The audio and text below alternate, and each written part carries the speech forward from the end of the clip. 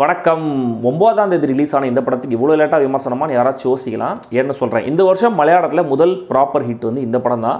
கிட்டத்தட்ட 50 கோடி வசூலை தாண்டி இன்னும் ஓடிட்டு தான் இருக்குது. அப்போ பார்க்க முடியல. போன வாரம் இந்த படத்தை பார்த்துட்டு அப்படின்னா தான் இருக்குன்னு தெரிஞ்சிக்கலான்னு பார்த்துட்டேன். அதனால தான் இந்த ரிவ்யூ. அண்ட் தமிழில் ரிலீசஸ் வந்து பேக் டு பேக் இருந்ததுனால முதல்ல அதை கவனிச்சுட்டு இதை கவனிப்போம் அப்படின்னு இது கொஞ்சம் தள்ளி வச்சேன். ஸோ இந்த படத்தோடைய டைட்டில் வந்து எப்படி சொல்கிறதுன்னு சில பேருக்கு கொஞ்சம் குழப்பமாக இருக்குது நான் பேசும்போது. என்னென்னா அது ரேகா சித்திரமா அப்படின்றது படத்துலேயே அதுக்கான விடை இருக்குது. ரேகா சித்திரம் தான் படத்துடைய பேர். ரேகாங்க ஒரு பொண்ணை பத்தின படம் அப்படிங்கிற மாதிரி புரிஞ்சுக்கலாம். இல்ல காம்போசிட் ஸ்கெட்ச் அப்படிங்கிற மாதிரி விக்கிபீடியாவில் ஒரு டிரான்ஸ்லேஷன் கொடுத்துருக்காங்க. இது மற்றும் ஒரு மலையாள இன்வெஸ்டிகேட்டிவ் த்ரில்லர் சித்திரமா இல்ல விசித்திரமா ஏதாவது இருந்துச்சா அப்படிங்கிறத சொல்றேன். அதுக்கு முன்னாடி சேனலுக்கு சப்ஸ்கிரைப் பண்ணாதவங்க சப்ஸ்கிரைப் பண்ணுங்க. வீடியோ எப்படி இருந்துங்கிறத கமெண்ட்ல சொல்லுங்க, லைக் பண்ணுங்க, ஷேர் பண்ணுங்க.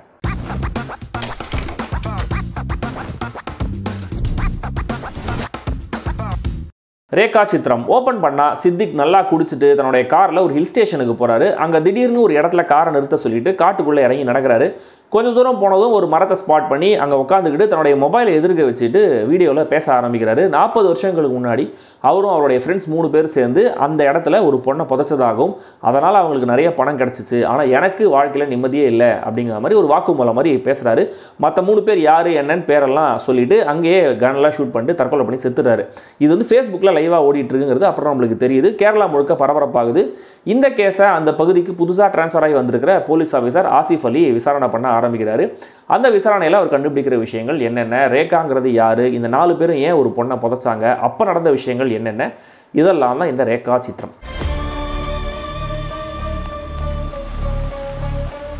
தொடர்ந்து இதே மாதிரி கேரக்டர்ஸ் பண்ணுறதுனால ஆசிஃப் அலி முகத்தில் நிரந்தரமாக ஒரு யோசனை கலந்த கவலை காட்டுற அந்த ரியாக்ஷன் ஒட்டிக்கிச்சுன்னு நினைக்கிறேன். நீட்டான ஒரு பர்ஃபார்மன்ஸ் தான், பட் புதுசாக எதுவும் இல்லை.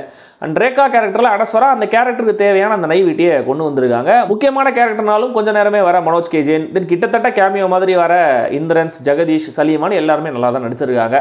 அப்பு பிரபாகருடைய சினிமாட்டோகிராஃபி, முஜீப் மஜீதோடைய இசை, ஷமீர் முகமதோட எடிட்டிங் மூணுமே க்ளீனாக இருக்குது. முக்கியமாக படத்துடைய இந்த ஏஐ காட்சிகளை பற்றி தனியாக சொல்லி ஆகணும். 1985 ஒரு சினிமா ஷூட்டிங்கை வச்சு தான் இந்த கதையை நகருது. அந்த ஷூட்டிங்கில் மம்முட்டி, இயக்குனர் பரதன் எல்லாரும் இருக்காங்க. ரொம்ப நேரமாக நம்மளுக்கு டைலாக்ல சொல்லிட்டே இருந்தாங்களா.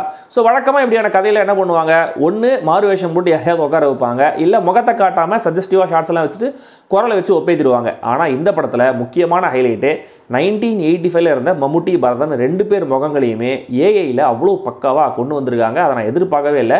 அது இந்த கதைக்கு ஒரு செம்ம வெயிட்டேஜை, நாவல்ட்டியை கண்டிப்பாக கொண்டு வருது.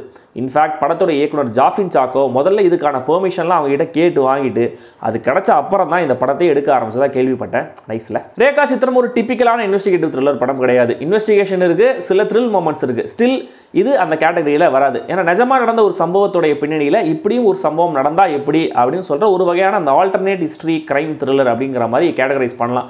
அண்ட் இது ஹூடனேட் படமும் கிடையாது. ஏன்னா யார் பண்ணாங்க, எதுக்கு பண்ணாங்க, யார் விக்டிம் எல்லாமே நமக்கு இன்டர்வலுக்குள்ளேயே சொல்லப்பட்டது. இன்டர்வலுக்கு அப்புறம் படத்துடைய சிங்கிள் ஃபோக்கஸ் பாயிண்ட்டே நிஜமாவே அந்த பாடி ரேகாவோட தானா, ரேகாங்கிற பொண்ணு யாரு அப்படிங்கிறது தான். ஏன்னா அதை எஸ்டாப்ளிஷ் பண்ணாதான் கேஸே நிற்கும் அப்படிங்கிறதுனால அதை தேடி தான் ஹீரோ போறாரு. ஸோ இப்படி ஒரு கதைக்கான களம், கேரக்டர், சம்பவங்கள், அதை எஃபெக்டிவாக சொல்ல டெக்னிக்கல் டீம் எல்லாத்தையும் வச்சு முதல் பாதி வரைக்கும் இன்ட்ரெஸ்டிங்காகவே கதையை நகர்த்தி கொண்டு போயிருக்காரு இயக்குனர். ஆல்ரெடி சொன்ன மாதிரி நிஜமாவே நடந்த அந்த ஒரு ஷூட்டிங், அங்கே ஜூனியர் ஆர்டிஸ்டாக வர ஒரு கேரக்டர், அந்த கேரக்டருக்கான பின்னணின்னு ரைட்டிங்கில் ஸ்மார்ட்டாக சில விஷயங்களையும் பண்ணியிருக்காரு.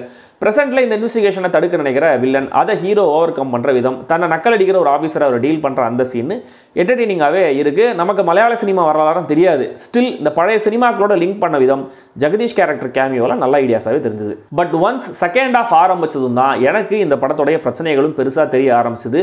எனக்கு முதல் டிராபேக்காக இருந்தது ரேகாங்கிற அந்த ஒரு பொண்ணுடைய கதையை மட்டுமே தேடி போகிறது மேஜர் போர்ஷனாக போனது.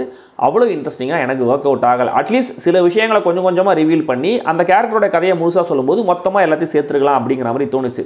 இதனால் ஃப்ளாஷ்பேக் போர்ஷன்ஸும் ரொம்ப லென்த்தியாக போகிற மாதிரியான ஒரு ஃபீல் தான். கிளைமேக்ஸில் நாம் நினைக்காத ஒரு கேரக்டர் ட்விஸ்ட் கொடுத்தாலுமே கூட அதுவும் கூட அவ்வளோ எஃபெக்டிவாக எனக்கு இல்லை. அடுத்த பிரச்சனை, ஹீரோ எங்கே எதை தேடி போனாலும் அவருக்கு ஈஸியாக கிடச்சிது.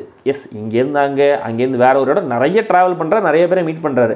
ஆனால் போகிற இடங்கள்லாம் ஹீரோ கேட்குறதையும் தாண்டி, அதாவது ஹீரோ ஒரு ஃபோட்டோ கேட்பார், அவர் வந்து இந்த ஃபோட்டோ வேணாம், இந்தாங்க நீங்கள் கேட்கவே இல்லை, இந்த நெகட்டிவ் வச்சுக்கோங்க, படம் முடியறதுக்கு முன்னாடி உங்களுக்கு யூஸ் ஆகும் அப்படிங்கிற மாதிரி எக்ஸ்ட்ராவாக ஹெல்ப் பண்ணி கன்வீனியன்ட்டாக கொண்டு போகிறாங்க. மொத்தத்தில் இந்த ரேகா சித்திரம் எனக்கு ஒரு ஆவரேஜான கிரைம் த்ரில்லர் படமாக தான் இருந்தது. மேபி அவங்க ஊரில் அந்த நாஸ்டல்ஜியா ஃபேக்டர் பெருசாக ஒர்க் ஆயிருக்குமோ என்னவோ, அதையே கோரா வச்சு ஒர்க் அவுட் பண்ணதுனால படமும் பெருசாக போயிருக்குன்னு நினைக்கிறேன். நமக்கு அதில் பெருசாக ஒரு எக்ஸைட்மெண்ட் இல்லைங்கிறதுனால அந்த அளவு ஸ்லாகிப்பும் இல்லை.